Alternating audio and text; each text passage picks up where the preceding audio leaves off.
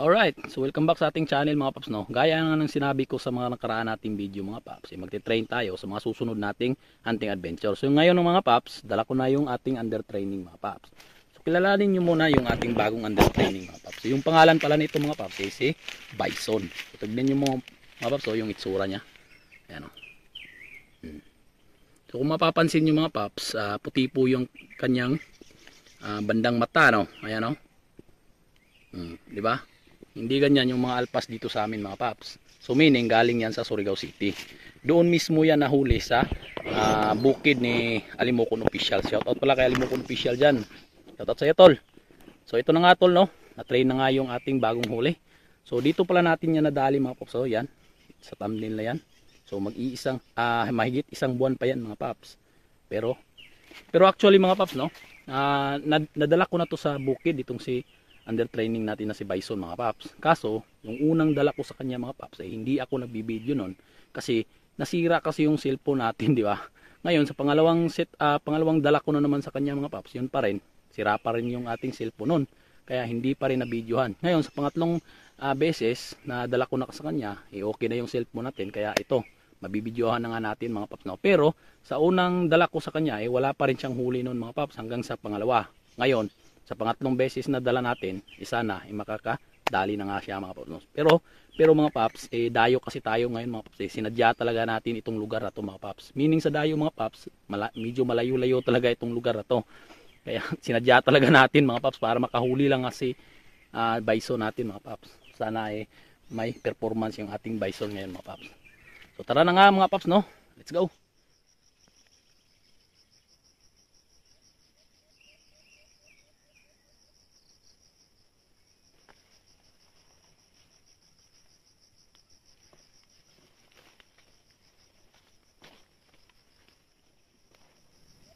Ito na nga mga paps, no, na-set up na nga natin si Bison. So medyo may katagalan humuni si Bison dito mga paps. Inabot pa talaga ng 15 minutes bago humuni yung Bison natin.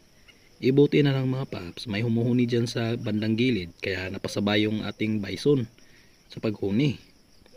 So pakinggan nyo yung huni ng Bison natin mga paps.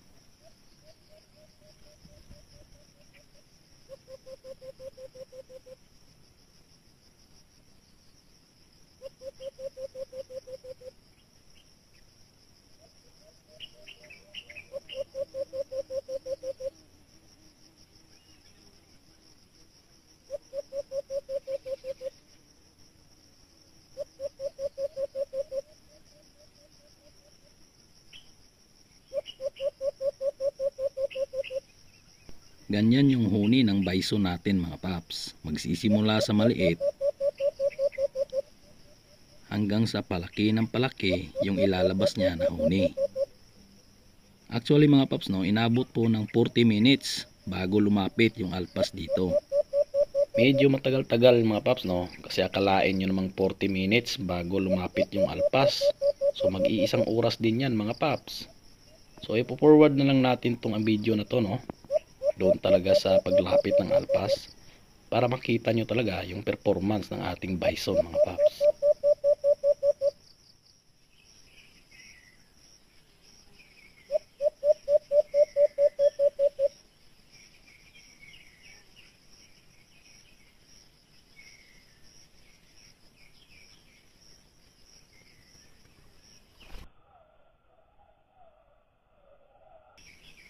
Ito na mga paps, may lumapit na nga na alpas, pero yung bison natin mga paps, hindi pa talaga siya aggressive, hindi pa talaga niya alam yung gagawin niya mga paps. Ayan, pumatong sa kanyang pugad, pero wala naman siyang gagawin dyan mga paps. Hindi man lang niya hinuhinihan ng huni sa pugad, wala lang, nakaobserba lang siya sa alpas na lumapit. Masyadong malaki pa talaga yung kulang ni bison mga paps. Sa palagay ko mga paps, hindi siguro nakita ni bison itong alpas na to mga paps. Nakatago siguro yung alpas dyan sa mga dahon na yan.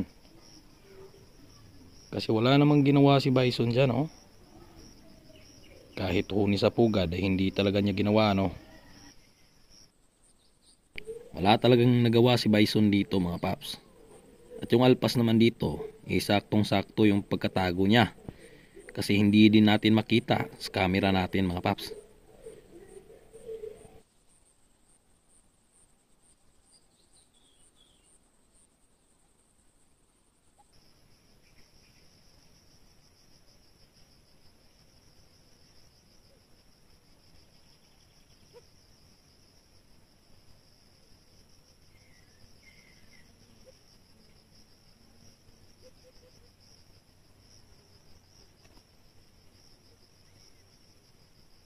Kahit ganun mga paps, nakabawi din naman si Bison sa kanyang tindig, sa kanyang forma, lalong lalo na sa kanyang talon ano.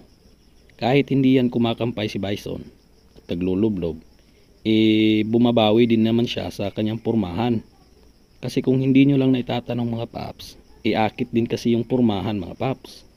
Pero hindi lang gaano ka-epektibo ano. Nadali din niya mga paps. Nadali sa pormahan ano. Medyo bata-bata pa kasi yung alpas dito mga paps.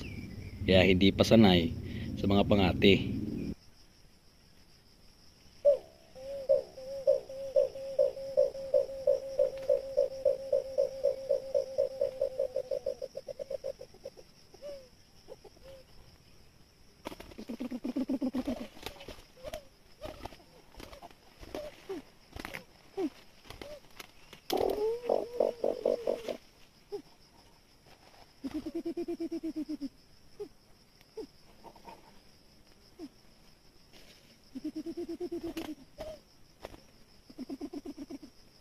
Ito na mga paps, nakadali na nga yung bison natin mga paps.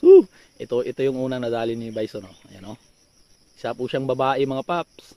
Pero kahit ganun lang yung performance ni bison mga paps, nakakadali pa rin siya no. Nandito kasi tayo sa mga paps sa area kung saan hindi makukunat yung alpas. Kaya kahit ganun lang yung performance ni bison, napadapo niya pa rin yung alpas ano. Grabe.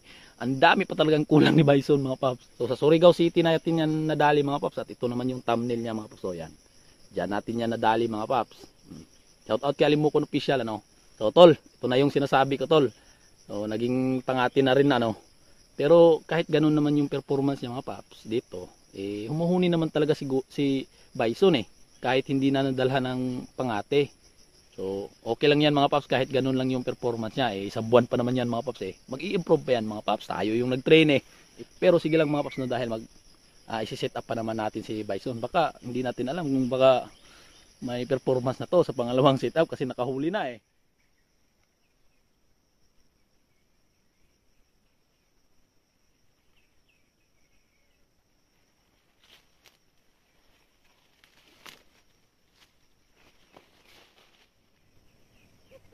Actually mga paps, pangatlong setup na natin to kay Bison. Kasi sa pangalawang setup mga paps, hindi talaga nalapitan si Bison. Pero humuhuni na talaga yung Bison natin mga paps. So ito na yung pangatlong setup mga paps. At ito pa rin ano. Nagsimula pa rin si Bison sa pakunti-kunti na huni. So abang-abang lang tayo mga paps.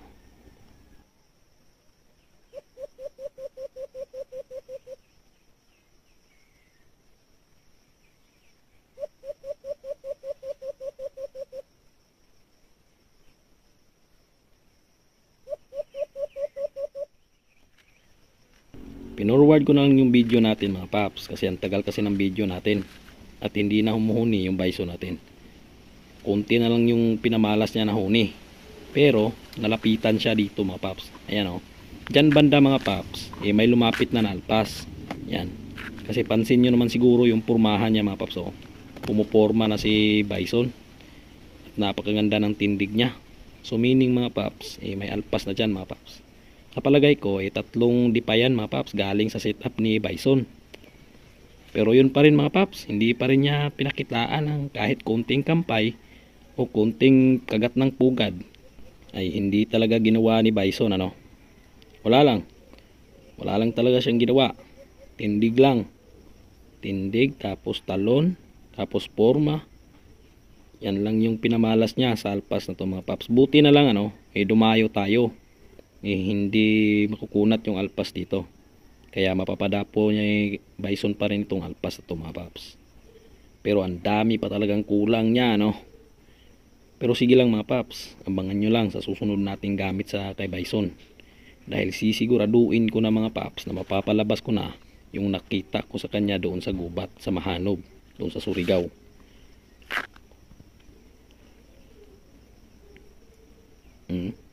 Diba? Pormahan lang talaga yung ginamit pero napadapo niya pa rin yung alpas, ano? Patapang na talaga si Bison mga paps. Pero hindi niya pa talaga alam yung gagawin niya. Kasi under training pa kasi yan mga paps eh.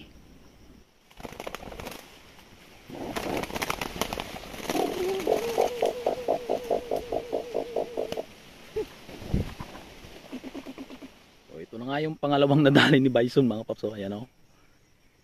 Ayan yung itsura niya. So kahit walang ginawa yung Bison natin mga paps, napapadapo niya pa rin yung alpas, ano. Sa palagay ko, nanibago siguro yung mga alpas kay Bison, ano. Kasi ibang-iba kasi yung itsura niyan dito sa mga alpas sa amin mga paps. Kaya siguro yun yung dahilan, ano. Wala naman yung ginawa mga paps, talon ng talon sa kanyang dapuan. Pero napapadapo niya pa rin yung alpas. Pero sige lang mga paps, no, dahil mag-i-improve pa yan ng mag-i-improve. Tignan nyo lang sa mga susunod nating hunting adventure sa kanya, no. Kasi baka hindi nyo na yan makikilala mga paps, no. Andito din kasi tayo sa area mga paps kung saan dayo tayo, ano. Meaning sa dayo mga paps, masado talagang malayo yan mga paps. Sinadya talaga natin to para makahuli nga yung Bison natin mga paps, no. Pero kahit ganun mga paps, humuhuni pa rin siya sa gubat, ano, kahit ganun. Kaya malaking bagay na talaga yan para sa mga under training natin.